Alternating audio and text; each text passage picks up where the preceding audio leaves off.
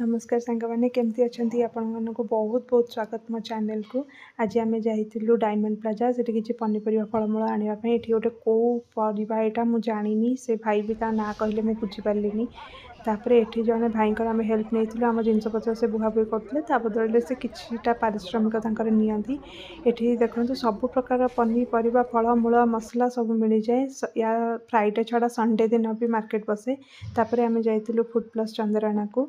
ये सैट्रे जो दुकान आपको देखा से गोटे पूजा सामग्री दुकान आठ घरकरणा जिनस भी मिले किंतु भीषण एक्सपेनसिव सांग मैंने इंडिया ठारू 4-5 गुणा रेट्रे बिक्री करती।